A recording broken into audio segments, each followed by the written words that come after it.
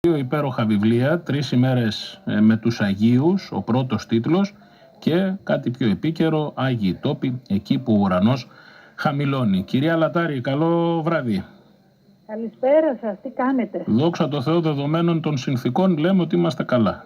Δόξα τω Θεώ θα λέμε και όλα θα γίνονται καλά με τη βοήθεια. Νομίζω ότι είναι η πιο επίκαιρη φράση, η πάντοτε επίκαιρη φράση βέβαια, το δόξα τω Θεώ, αλλά ιδίως αυτά τα δύσκολα που ζούμε και βιώνουμε όλοι τους τελευταίους αρκετούς μήνες. Είπαμε λοιπόν μια ανάσα δροσιάς να προσπαθήσετε να μας δώσετε με τους δύο αυτούς υπέροχους τίτλους και να ξεκινήσουμε με το 3 μέρες με τους Αγίους. Μας πείτε 2 λόγια για αυτό το βιβλίο. Ό,τι θέλετε. Ναι, είναι ένα βιβλίο, μια περιπέτεια είναι. Κάποια 2 παιδιά με τον πατέρα τους επισκέπτονται το Άγιο Όρος και γράφουν τις εμπειρίες τους.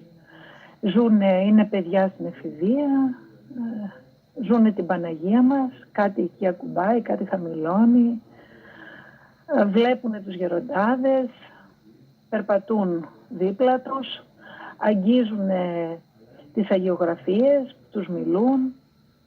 Τι να πω, ζουν τη σιωπή, ζουν την αγάπη της Παναγίας μας και γίνεται ένας διάλογος έτσι ατελείωτος με την Παναγία και τους Αγίους και βιώνεται εκεί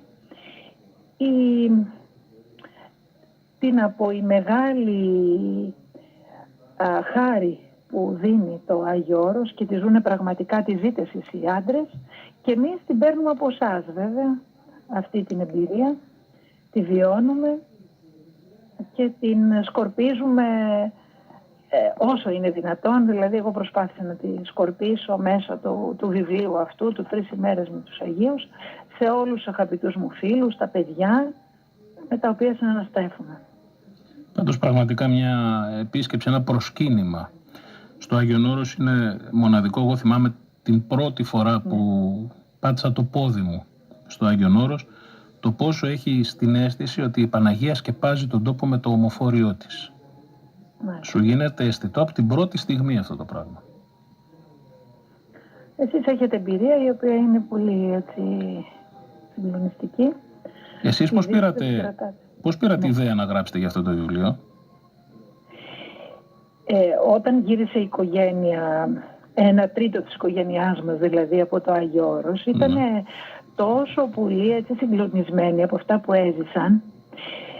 Μάλλον η περιπέτεια ξεκινάει από το σύζυγο, ο οποίος θέλοντας να πάει στο Άγιο Όρος μετέφερε αυτό στα παιδιά, τα οποία με πολύ ενθουσιασμό θέλανε να πάνε μαζί τους, τα 2 μας αγόρια της οικογένειας.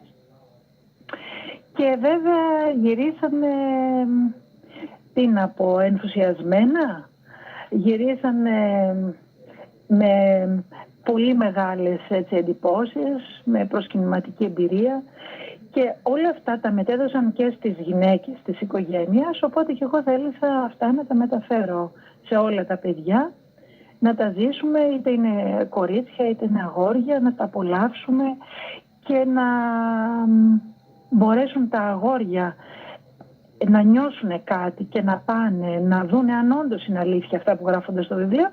Τα δε κορίτσια μέσω του βιβλίου αυτού να τα νιώσουν, να καταλάβουν την Παναγία μας, να δουν τι θα πει Άγιο Όρος, τι θα πει έτσι εγωισμός, τι θα πει ταπείνωση.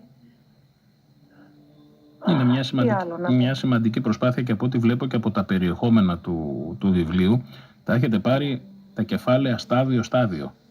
Δηλαδή η αρχή του ταξιδιού, φτάνοντας στην Ουρανούπολη, προς ολοταχώς για το Άγιον Όρος, στις Δάφνης στο λιμάνι, στην πρωτεύουσα του Αγίου Όρους, μια στάση στην Ιβύρον. Τα έχετε πάρει σκαλί, έχετε ανέβει. Ναι, όπως μου τα λέγανε έτσι, οι άντρες της οικογένειας, οπότε και εγώ προσπάθησα να τα βάλω σε μία σειρά και να καταγράψω αυτά που μου έλεγαν.